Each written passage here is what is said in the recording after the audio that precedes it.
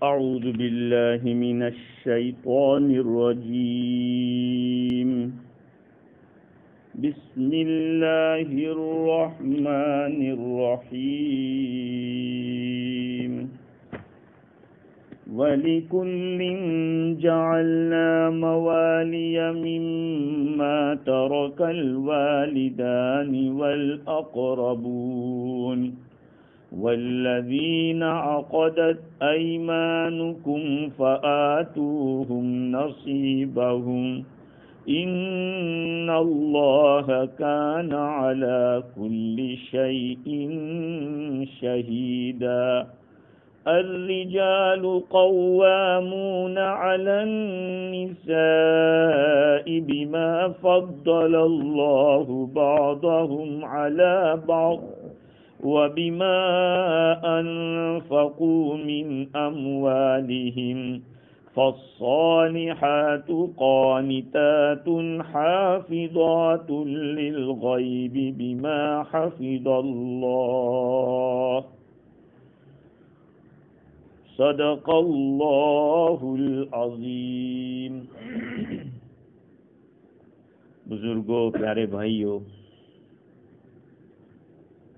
گزشتہ مرتبہ آپ حضرات کی خدمت میں یہ بات عرض کی گئی تھی کہ اللہ رب العزت نے مردوں کو کچھ فضیلت دی ہے. عورتیں وہ تمنا کر رہی تھی تو اللہ نے منع کیا کہ ایسی چیزوں میں تمنا مت کرو. یہ جو آیت پہلی میں نے پڑھی ہے اس میں کچھ میراث کا مسئلہ آ گیا ہے، اس کے بعد پھر عورتوں ہی کا مسئلہ ہے. بات یہ ہے کہ آدمی جو بھی دنیا سے جاتا ہے اس کے ماں باپ ہیں، اس کے رشتہ دار ہیں، وہ سب وارث بنتے ہیں. یا یہ کہ ماں باپ جاتے ہیں تو ان کے وارث بنتے ہیں، یا جو کوئی بھی مال ہوتا ہے اس مال کے بھی کچھ نہ کچھ مالک بننے والے ہوتے ہیں. اس آیت میں اس کو بیان کیا. وَلِكُلٍّ جَعَلْنَا مَوَالِيَ مِمَّا تَرَكَ الْوَالِدَانِ وَالْأَقْرَبُونَ. یہ جو لفظ کل ہے، عربی زبان میں کلن کا لفظ استعمال ہوتا ہے کسی کے ساتھ جوائنٹ ہو کر، کسی کے ساتھ کلن.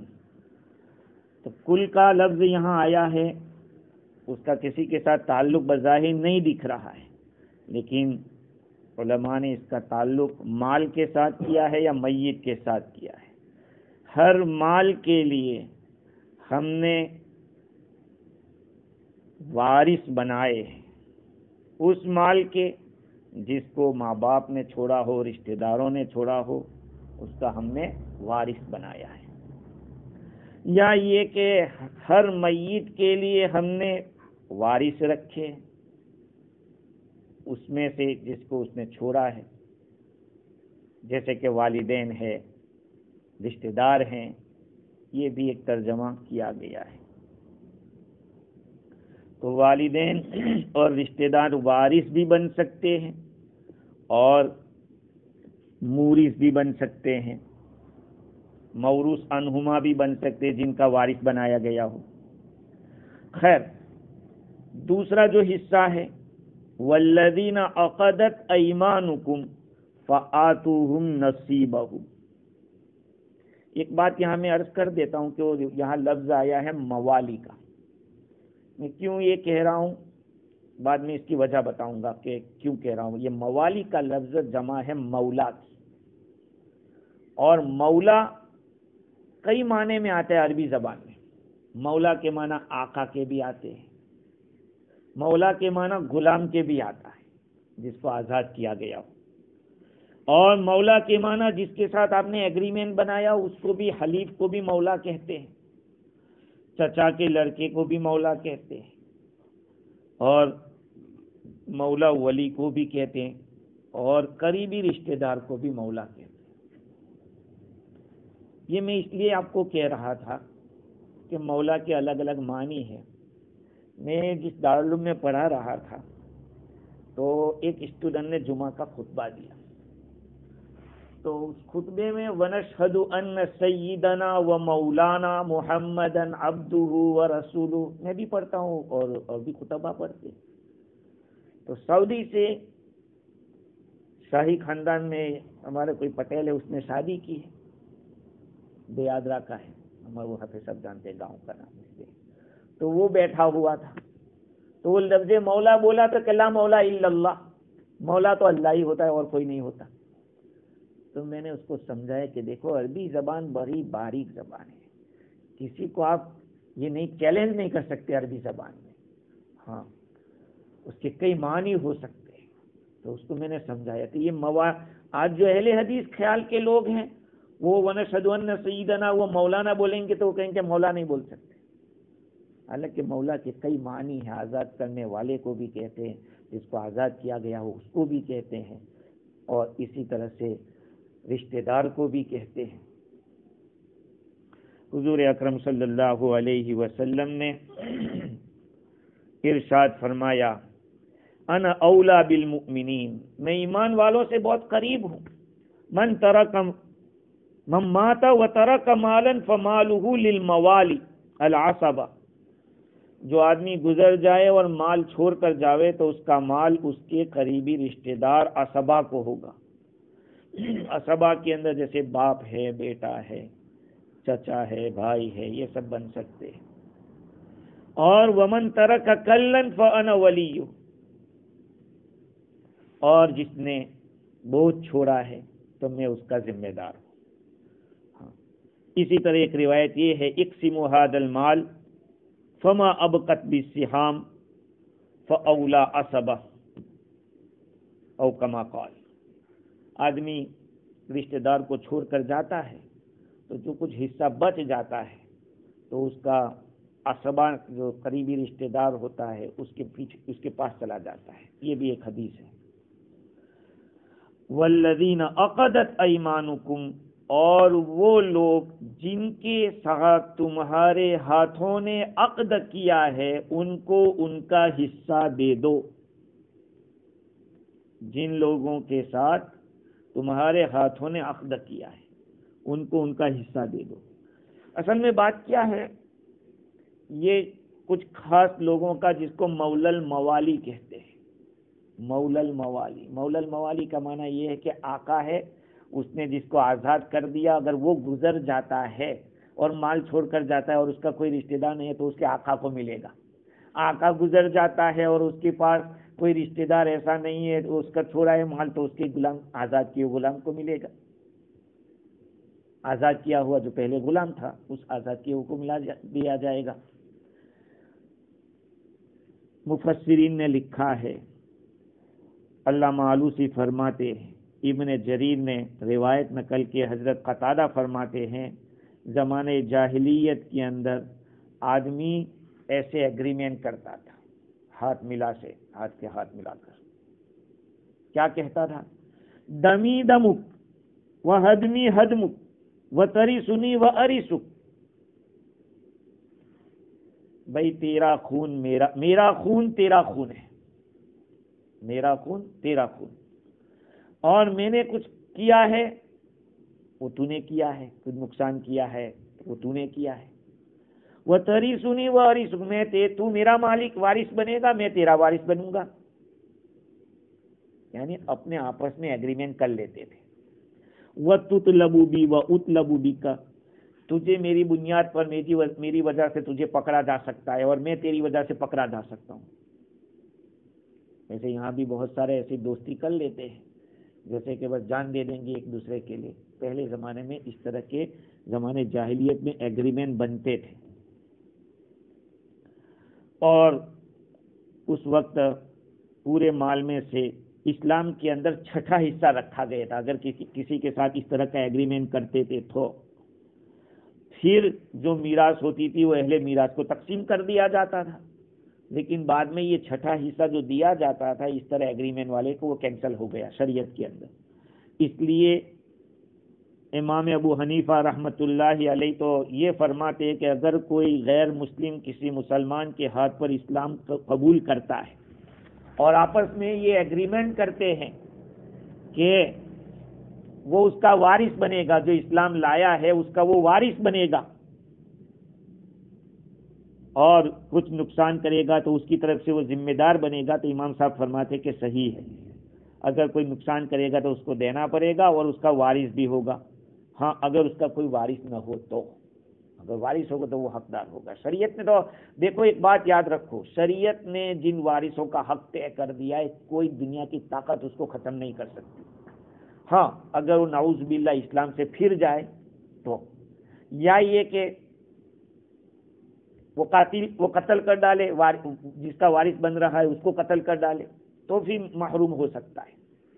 اللہ تعالیٰ فرماتے ہیں والذین عقدت ایمانکم فآتوہم نصیبہم، جن کے ساتھ تمہارے ہاتھوں نے عقد کیا ہے تم ان کو ان کا حصہ دے دو، ان کو ان کا حصہ دے دو۔ یہ آیت کینسل ہو چکی ہے یا ابھی بھی باقی ہے، اس میں علماء کی دو رائے ہے۔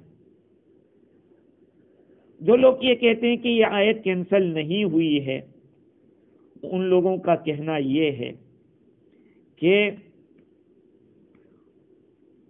ورثاء اور موالی جو ہے ان کا حصہ دے دو۔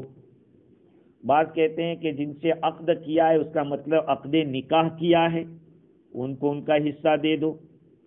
اور اسی طرح سے بعض حضرات یہ فرماتے ہیں کہ یہ آیت کریمہ نازل ہوئی حضرت ابوبکر صدیق رضی اللہ تعالیٰ عنہ اور ان کے بیٹے کے بارے میں۔ ان کے بیٹے اسلام میں داخل نہیں ہوئے تھے، اس وقت صدیق اکبر رضی اللہ تعالیٰ نے قسم کھا لی تھی کہ میں تیرے پر خرچ بھی نہیں کروں گا اور تجھ کو میرا وارث بھی نہیں بناؤں گا۔ تو پھر کیونکہ وہ تو رشتہ دار ہے، بیٹا ہے، تو قرآن مجید نے کہا کہ بھئی جن سے ہے ان کا جو حصہ ہے وہ تو حصہ دینا پڑے گا۔ فآتوہم نصیبہم ان اللہ کان علی کل شیء شہیدا، بے شک اللہ تعالیٰ ہر چیز کے اوپر حاضر ہے، گواہ ہے۔ تم اگر کسی کا مال دباؤ گے تب بھی وہ دیکھ رہا ہے، یا کسی کا کھا جاؤ گے تب بھی دیکھ رہا ہے، تم کسی کا حصہ دے رہے اس کو بھی اللہ جان رہا ہے۔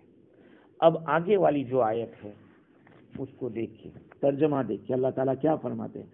الرجال قوامون علی النساء بما فضل اللہ بعضهم علی بعض، مرد لوگ عورتوں کے اوپر حاکم ہے، نگران ہے، اس وجہ سے کہ اللہ تعالیٰ نے ان میں سے بعض کو بعض کے اوپر فضیلت دے رکھی ہے۔ وَبِمَا أَنفَقُوا مِنْ أَمْوَالِهِمْ، اور اس وجہ سے بھی کہ مرد حضرات اپنے مال کو خرچ کرتے ہیں۔ فَالصَّالِحَاتُ قَانِتَاتٌ حَافِظَاتٌ لِلْغَيْبِ بِمَا حَفِظَ اللَّهُ، پس نیک عورتیں وہ اطاعت کرنے والی اور حفاظت کرنے والی، اللہ تعالیٰ کی حفاظت کی وجہ سے۔ یہ آیت کریمہ پھر عورتوں کے بارے میں آ گئی ہے۔ اوپر تو ایک بات اللہ تعالیٰ نے بیان کی تھی کہ عورتوں نے مردوں کو ڈبل حصہ دیا جاتا تھا، عورتوں کو سنگل، تو انہوں نے کہا تھا کہ کیوں ایسا، ان کو ڈبل، ہمیں سنگل، ہمیں ڈبل دینا چاہیے۔ اس وقت تو اللہ تعالیٰ نے فرمایا کہ مرد جو کرے وہ ان کا، عورت جو کرے ان کا۔ جواب نہیں دیا تھا، صرف جو ریزن نہیں بتلایا تھا، یہاں ریزن بتلایا۔ وہ کیا کہ مرد عورتوں کے اوپر نگران ہے۔ دیکھیے قرآن مجید کے اندر اللہ تعالیٰ نے دوسرے پارے کے اندر فرمایا وَلَهُنَّ مِثْلُ الَّذِي عَلَيْهِنَّ بِالْمَعْرُوفِ، عورتوں کے لیے ایسا ہی حق ہے جیسے کہ مردوں کے لیے ہے۔ عورتوں پر جس طرح مردوں کا حق ہے ایسے عورتوں کے لیے مردوں پر حق ہے، سمجھے؟ جیسے عورتوں کے ذمے مردوں کے حق، ویسے ہی مردوں کے ذمے عورتوں کے حق۔ لیکن آگے اللہ تعالیٰ نے ایک بات بتلا دی، وَلِلرِّجَالِ عَلَيْهِنَّ دَرَجَةٌ، مردوں کو عورتوں پر ایک درجہ حاصل ہے، مرد کا ایک درجہ بڑھا ہوا ہے۔ وہ درجہ کیا بڑھا ہوا ہے؟ اللہ تعالیٰ نے اس آیت کریمہ کے اندر بتلایا ہے کہ مردوں کو، امام راضی نے اس کا ربط ماقبل سے یہ بتلایا کہ اوپر تو اللہ تعالیٰ نے مردوں اور عورتوں میں جو فضیلت ایک دوسرے پر دی ہے اس کا ذکر تھا، لیکن کیوں فضیلت دی ہے وہ اس کا ذکر نہیں تھا، اس آیت میں اس کا ذکر ہے۔ الرجال قوامون علی النساء، مرد عورتوں پر حاکم ہے، مرد عورتوں پر نگران ہے۔ دیکھو دنیا کا کوئی بھی نظام ہو، سب مل کر چلے گا ایسا نہیں ہوگا، چاہے گورنمنٹ ہو، چاہے کوئی قبیلہ ہو، چاہے کوئی ایریا ہو، کسی نہ کسی ایک کو تو بڑا ماننا پڑے گا، کوئی نہ کوئی ایک سردار ہوگا۔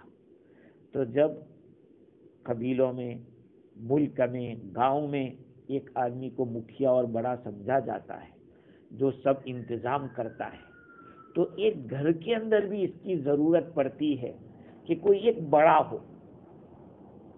ہو اور اس کے حکم سے، اس کے مشورے، اس کے فیصلے سے سب کام چلتا رہے، اس کی ضرورت ہے۔ اس لیے مردوں کو اللہ تعالیٰ نے یہ مقام عطا فرمایا۔ اب دیکھیں یہ آیت کریمہ کیوں نازل ہوئی وہ بھی دیکھ لیں، یہ آیت کریمہ اللہ تعالیٰ نے کیوں بیان کی۔ حضرت ابن عباس رضی اللہ تعالیٰ عنہ فرماتے ہیں کہ یہ آیت کریمہ محمد بن سلمہ کی بیٹی کے بارے میں نازل ہوئی، جن کے شوہر کا نام سعد بن ربیع ہے، وہ انصار کے نقبا میں سے، بڑے لوگوں میں سے جو حضور کے پاس گئے تھے پہلی ملاقات کے اندر، کہ ان لوگوں میں سے، انصار کے نقبا میں سے انہوں نے اپنی بیوی کو ایک تماچا مار دیا تھا، جس کی وجہ سے یہ اپنے شوہر کا بستر چھوڑ کر چلی گئی۔ کہاں گئی؟ حضور اکرم صلی اللہ علیہ وسلم کی خدمت میں۔ وہ کہاں جائے گی؟ آج کی عورت کہاں جائے گی؟ پولیس اسٹیشن جائے گی، یا پھر وومن والا جو کچھ ہے ہاں وہاں چلی جائے گی، لیکن یہ کہاں جاتی تھی؟ آقا صلی اللہ علیہ وسلم کی خدمت میں جا کے حضور صلی اللہ علیہ وسلم سے عرض کیا کہ مجھے اس طرح سے تماچا مارا، اور اس تماچے کا اثر بھی چہرے کے اوپر تھا۔ حضور اکرم صلی اللہ علیہ وسلم نے فرمایا کہ تو اس سے بدلہ لے لے، یعنی اتنا ایک زور سے تو بھی لگا دے۔ پھر فرمایا کہ دیکھ تو صبر کر لے۔ دیکھو ایک بات بتاؤں، کوئی آدمی آپ کے پاس آوے اور کرے معاف کر دے، ایسے تھوڑی معاف کر دے، اس کو تھوڑا آپ کو اس کا پکش لینا پڑے گا، تھوڑا اس نے غلط کیا، اس نے آپ کو بھی اس کو ایک ٹھوکنا چاہیے، ایک بات ہے۔ پھر آپ نے کیا فرمایا؟ تو صبر کر لے۔ ابھی آپ نے یہی فرمایا تھا کہ صبر کر، میں غور و فکر کروں گا، سوچوں گا۔ حضور نے یہ فرمایا، اتنے میں آیت کریمہ نازل ہوئی، الرجال قوامون علی النساء، مردوں کو عورتوں کے اوپر مسلط کیا گیا ہے۔ حضور نے فرمایا کہ یہاں تک کہ مطلب کہ اس کو امیر بنایا ہے مرد کو، اور اس کا حکم نافذ ہوگا عورت کے اوپر۔ حضور صلی اللہ علیہ وسلم نے فرمایا کہ دیکھو ہم نے ایک چیز کا ارادہ کیا تھا اور اللہ تعالیٰ نے کسی دوسری چیز کا ارادہ کیا تھا، اور جو اللہ ارادہ کرے اس میں خیر ہوتی ہے، اللہ جو ارادہ کرے اس میں خیر ہوتی ہے۔ اس سے ایک بات تو معلوم ہوئی کہ صحابہ میں بھی اس طرح کی باتیں ہوتی تھی، وہ بھی انسان تھے۔ جب آقا صلی اللہ علیہ وسلم نے حضرت حفصہ رضی اللہ تعالیٰ عنہ کو طلاق دے دی تھی، ایک طلاق۔ حضرت حفصہ کون ہے؟ حضرت عمر رضی اللہ عنہ کی بیٹی ہے، لیکن جبریل امین نے آ کر حضور سے عرض کیا کہ آپ ان کو پھر سے اپنے نکاح میں لے لو، فَإِنَّهَا صَوَّامَةٌ قَوَّامَةٌ، اس لیے کہ وہ تو بہت زیادہ روزہ رکھنے والی ہے اور بہت زیادہ راتوں کو عبادت کرنے والی ہے۔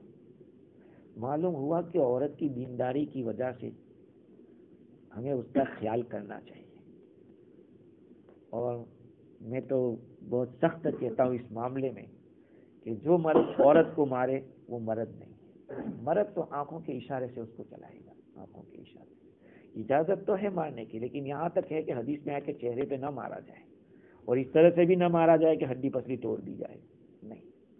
خیر تو وہ بات تو بعد میں آنے والی ہے، آئندہ اس کی تفسیر ہوگی۔ لیکن یہ آیت کریمہ نازل ہوئی، اس میں حضور نے کیا فرمایا؟ کہ ہم نے ارادہ کچھ اور کیا تھا، اللہ نے کچھ اور ارادہ کیا، اور جو اللہ ارادہ کرتا ہے اس میں خیر ہوتی ہے۔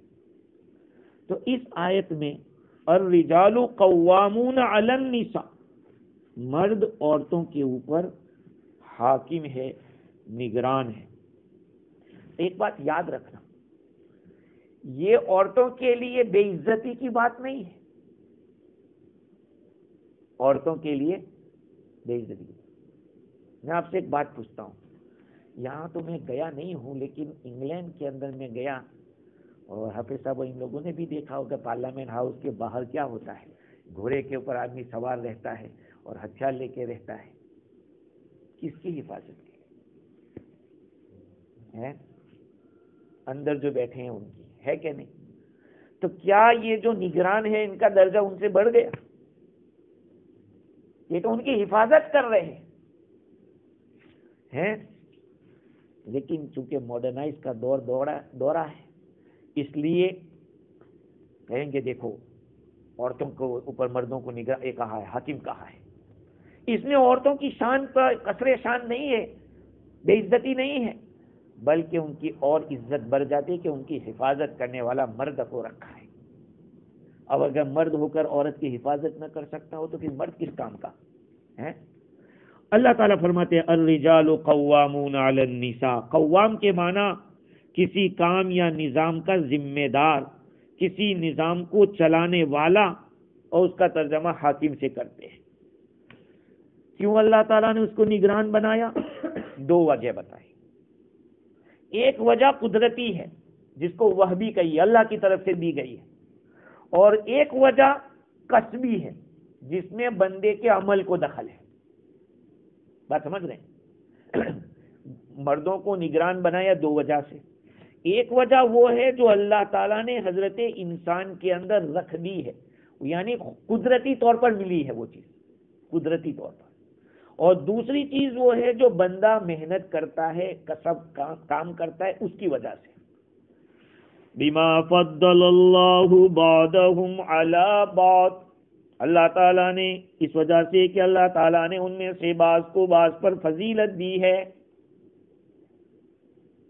جتنی بھی فضیلتیں ہیں دنیا کے اندر، جتنی بھی کوالٹیز جس کو کہیے، ساری کوالٹی دو جگہ پہ آ کے رک جاتی ہے، دو جگہ پہ آ کے، ایک نالج اور ایک پاور۔ سمجھ گئے؟ انگلش میں نے کہا، عربی میں کہیے علم اور قدرت، یہ دو چیزیں ایسی ہیں کہ یہاں کے ساری فضیلتیں ختم ہو جاتی دنیاوی اعتبار سے۔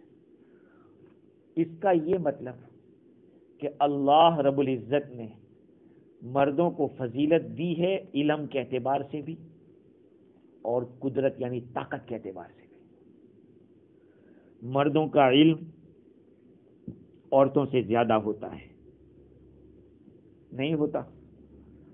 مردوں کا علم عورتوں سے زیادہ ہوتا ہے، اور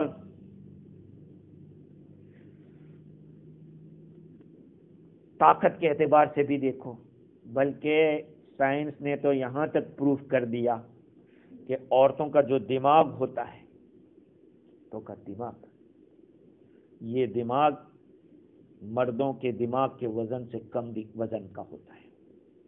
ہاں، تو علم کے لحاظ سے بھی مرد بڑھا ہوا، اور اسی طرح سے قدرت کے اعتبار سے بھی،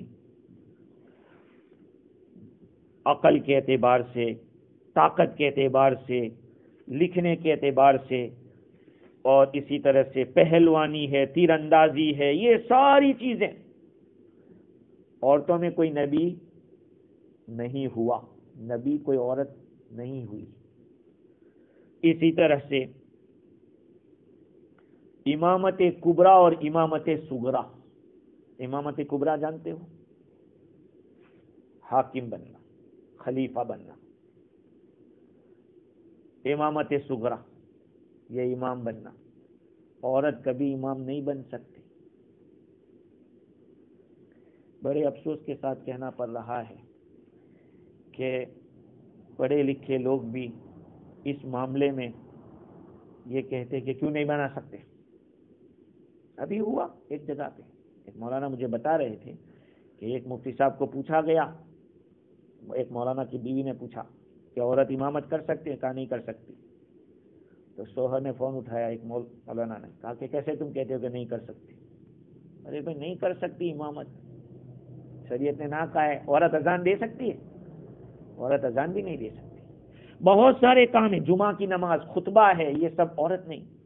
بلکہ اگر زنا کی گواہی ہے، چوری کی گواہی ہے، مرڈر کی گواہی عورت نہیں دے سکتی. عورت کی گواہی سے وہ معاف ہو جائے گا.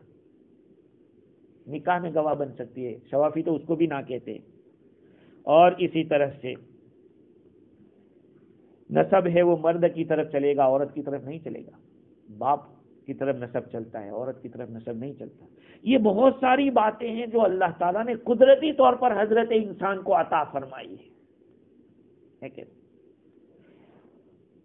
اور دوسری چیز جس کو میں نے کہا کہ وہ کسبی ہے، یعنی آدمی کی محنت سے وہ ملتی ہے. وَبِمَا أَنفَقُوا مِنْ أَمْوَالِهِمْ، اور اس وجہ سے کہ مرد لوگ اپنے مال کو خرچ کرتے ہیں.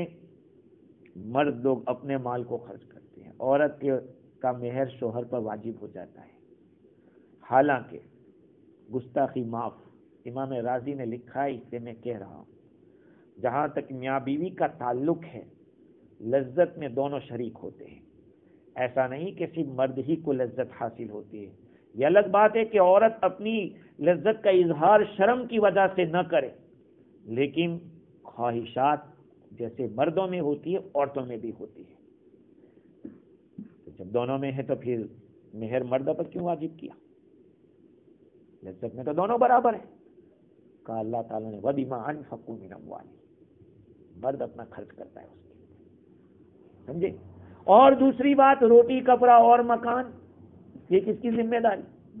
مرد کی ذمہ داری. وَبِمَا أَنفَقُوا مِنْ أَمْوَالِهِمْ، مرد اپنا مال خرچ کرتا ہے. دیکھیے ایک بات اللہ تعالیٰ نے عجیب بات بتلائی یہاں کہ فضل اللہ بعضهم علی بعض، اللہ تعالیٰ نے ان میں سے بعض کو بعض پر فضیلت دی ہے.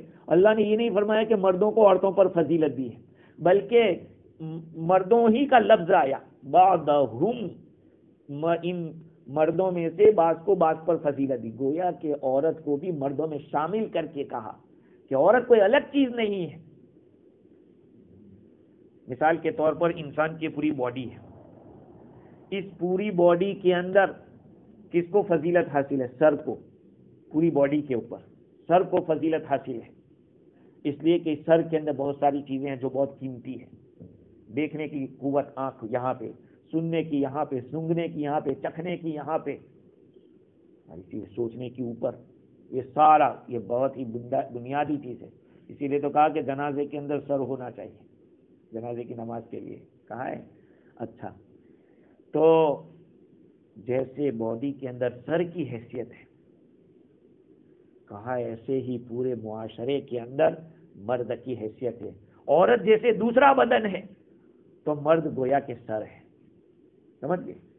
اور دوسری اس بات کی طرف بھی اشارہ ہے کہ یہ جو مردوں کو عورتوں کے اوپر فضیلت دی ہے، ایسا نہیں ہے کہ ہر مرد ہر عورت پر فضیلت رکھتا ہے، ایسا نہیں، بلکہ پورا مرد کا جو مجموعہ ہے وہ فضیلت رکھتا ہے عورتوں کے مجموعے پر. ورنہ ایسا مل سکتا ہے کہ کوئی مرد کسی عورت سے کمزور ہو سکتا ہے، دماغی اعتبار سے بھی ہو سکتا ہے کہ کوئی مرد کمزور ہے اور عورت بہت اسمارٹ ہے. بات سمجھ رہے ہیں؟ تو گویا یہ فضیلت اللہ تعالیٰ نے الفاظ اس طرح کے استعمال کیے کہ پورے مرد کا جو مردوں کی جو ٹیم ہے، پوری ٹیم، اس ٹیم کو فضیلت حاصل ہے عورتوں کی ٹیم کے اوپر. یہ نہیں کہ مردوں کے اندر جتنے بھی مرد ہیں انڈیویجول، وہ سب کے سب ان عورتوں کے اوپر جو انڈیویجول ان کے اوپر فضیلت رکھتے ہیں، نہیں، بلکہ ایسا ہو سکتا ہے کہ کتنی عورتیں، حضرت مریم علیہ السلام، حضرت آسیہ، حضرت عائشہ رضی اللہ تعالیٰ عنہ، کتنی عورتیں ہیں جو کئی مردوں سے آگے بڑھ گئی. نہیں، یہ بات یاد رکھیں. وَبِمَا أَنفَقُوا مِنْ أَمْوَالِهِمْ. اب آگے اللہ رب العزت نے عورتوں کی دو قسمیں بتلائی ہیں، عورتوں کی دو جماعتیں کر دی. فَالصَّالِحَاتُ قَانِتَاتٌ حَافِظَاتٌ لِلْغَيْبِ بِمَا حَفِظَ اللَّهُ. یہ نیک عورتوں کے بارے میں بتایا کہ نیک عورتیں کون ہیں. عورتیں نیک کون ہیں؟ کہ نیک عورتیں وہ اطاعت کرنے والی ہیں اور حفاظت کرنے والی ہے شوہر کی غیر حاضری میں. بما حفظ اللہ، اللہ تعالی کی حفاظت کی وجہ سے. اس آیت کریمہ کے اندر نیک عورتوں کی تعریف بتلائی ہے کہ نیک عورتیں کون ہوتی ہیں. مختصر الفاظ اللہ تعالیٰ نے بتلائے. قانتات حافظات. قانتات حافظات. قانتات کے معنی اللہ کی اطاعت کرنے والی، اللہ کی اطاعت کرنے والی. اور حافظات للغیب کا مطلب یہ ہے کہ شوہر کے حقوق کو ادا کرنے والی. تو مفرازی لکھتے ہیں کہ پہلے اللہ کے حقوق کو بیان کیا، قانتات حافظات، دوسرا بعد میں بندوں کے حق کو بیان کیا. ہاں، ہم لوگوں کو چاہیے کہ اپنی بیویوں کی نماز کا بھی خیال رکھیں. گھر جا کے پوچھیں کہ مغرب پڑھ لی کہ نہیں. ہم کبھی کبھی بچوں سے بھی پوچھتے ہیں کہ اماں نے نماز پڑھی کہ نہیں. وہ پوچھنا پڑتا ہے، سستی ہے، غفلت ہو جاتی ہے کبھی تو اس کا. اور میرے بھائیوں، واقعتاً وہ فیملی لائف کچھ عجیب چیز ہے. اس کے بغیر انسان کو چل بھی نہیں سکتا، اور اگر صحیح لائف ملتی ہے تو دنیا جنت بن جاتی ہے. اور اگر خدا نہ کرے اگر ایسی عورت مل جائے تو یہ دنیا اجیرن بن جاتی ہے. اجیرن یعنی زہر ہو جاتا ہے ایک قسم کا. تو اطاعت کرنے والی ہے اللہ کی اور شوہر کی حقوق کی رعایت کرنے والی ہے.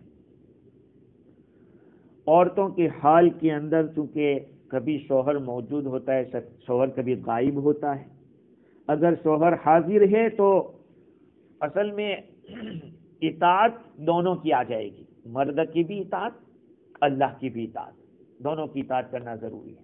اسی لیے ایک روایت میں آتا ہے حضور اکرم صلی اللہ علیہ وسلم نے فرمایا، یا حضور سے پوچھا گیا کہ عورت مرد کے اوپر سب سے زیادہ کس کا حق ہے؟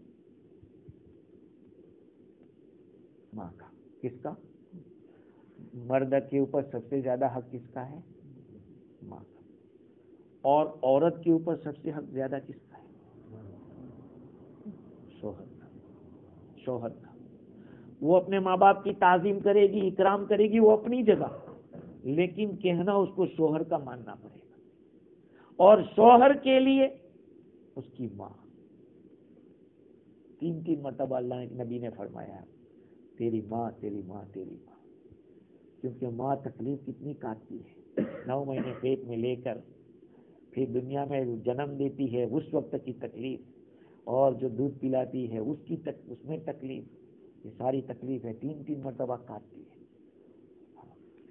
لیکن اللہ ہم سب کو صحیح سمجھ دے. اگر ماں باپ ہو تو میرے عزیزو ان کے دل کو خوش رکھو، تمہاری دنیا بھی بن جائے گی، آخرت بھی بن جائے گی.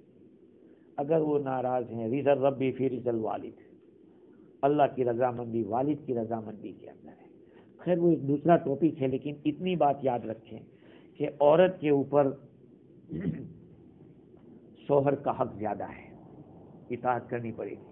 تو شوہر کی 2 حالتیں ہوتی ہیں، یا تو شوہر گھر پہ رہے گا یا گھر سے باہر رہے گا. اگر وہ گھر کے اندر ہے تو اس کو چاہیے کہ اپنے شوہر کی اطاعت کرے. اور یاد رکھو، عورت کبھی بھی نیک نہیں ہو سکتی جب تک کہ اپنے شوہر کی اطاعت نہ کرتی. اس لیے کہ اللہ تعالیٰ نے فالصالحات قانتات فرمایا کہ نیک عورت تو وہ ہوگی جو اطاعت کرتی ہو. اب چاہے وہ 5 وقت کی نماز پڑھے، کچھ بھی کر لیتی ہو، لیکن شوہر کا کہنا نہیں مانتی، شوہر کہتا ہے میرے ابا کی تھوڑی خدمت کر دے، اماں کی کر دے، کہا نہیں میرے کو ارے پھر میرا حکم ماننا تو تجھ پر ضروری ہے کہ نہیں، میں حکم دے رہا ہوں. ہاں شوہر. انگلینڈ کے اندر یہ بات چل پڑی، بعض لوگوں نے کہہ دیا کہ عورت کے ذمے ساس سسر کا کہنا یا کام کرنا کوئی ضروری نہیں ہے. ارے بھائی سرکاری اگر اسلامی حکومت ہو تو نہیں ضروری ہے، لیکن اللہ کا جب فیصلہ ہوگا وہاں تو ضروری ہوگا نا کہ تیرے شوہر نے تو حکم دیا تھا، تو نے کیوں نہیں مانا شوہر کا کہنا؟ تو کیا جواب دیں گے؟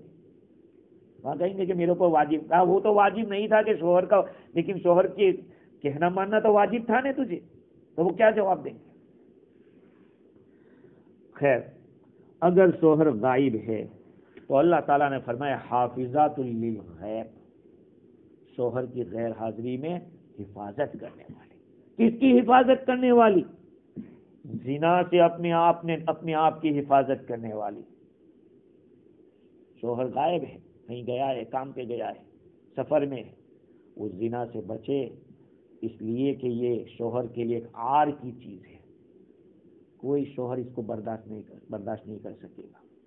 اور دوسری بات یہ ہے کہ دوسرے کے پانی کو شوہر کی کھیتی کے اندر پالنا اور بونا لازم آئے گا، دوسرے کا پانی حرام ہے، اس لیے کہا کہ زنا سے اپنے آپ کی حفاظت کرے. ایک دوسری بات یہ ہے کہ شوہر کے مال کو ضائع ہونے سے حفاظت کرے. یہ نہ کہے کہ یہ تو تمہارا مال ہے میں کیا کروں، نہیں، یہ اس کی ذمہ داری ہے. اگر شوہر نے اجازت نہیں دی ہے تو کسی فقیر کو عورت دے بھی نہیں سکتی، صدقہ بھی نہیں دے سکتی. ہاں شوہر نے اجازت دے رکھی ہو کہ تو تھوڑا تھوڑا دے دیا کر تو ٹھیک ہے. تیسری بات یہ ہے کہ شوہر کے گھر کی حفاظت کرنے والی ایسی چیزوں سے جو نامناسب ہے، وہ چیزوں سے. حضور اکرم صلی اللہ علیہ وسلم نے ارشاد فرمایا خیر النساء ان نظرت الیہا سرت کا، بہترین عورت وہ ہوتی ہے کہ جب تم اس کو دیکھو تو وہ تم کو خوش کر دے. اسی لیے تو میں کہتا رہتا ہوں کہ عورت کو گھر پہ کیسے رہنا چاہیے، اپ ٹو ڈیٹ رہنا چاہیے. یہ نہیں کہ الول جھلول، ایک پائچہ اونچا ایک نیچا، اور وہ بھی میلا کچیلا کپڑا اور بال کے بھی ٹھکانے نہیں. ارے مرد دیکھے تو کیا ہو جائے، خوش کر دے. اور آگے فرمایا ان امرتها اطاعت کا، اگر تو اس کو حکم دے عورت کو وہ تیری اطاعت کرے، یہ بہترین عورت ہے. وَإِنْ غِبْتَ عَنْهَا حَفِظَتْكَ فِي مَالِكَ وَنَفْسِهَا، اگر تو غائب ہو تو وہ تیری حفاظت کرے، تیرے مال کی اور اپنی ذات کی، کسی اور کو کنٹرول نہ دے. میرے بھائیوں، جب اس طرح کی چیزیں ہوتی ہیں تو گھروں کے اندر چین اور سکون رہتا ہے، ورنہ پھر دیکھیے کیا ہوتا ہے. اور جہاں میاں بیوی میں ناچاکیاں ہوتی ہے تو پھر پورا نقصان اولاد کا ہوتا ہے، تربیت سے بیچارے ونچت ہو جاتے ہیں. ہاں تو اللہ تعالیٰ فرماتے ہیں کہ بما حفظ اللہ، بما حفظ اللہ کا معنی اس وجہ سے،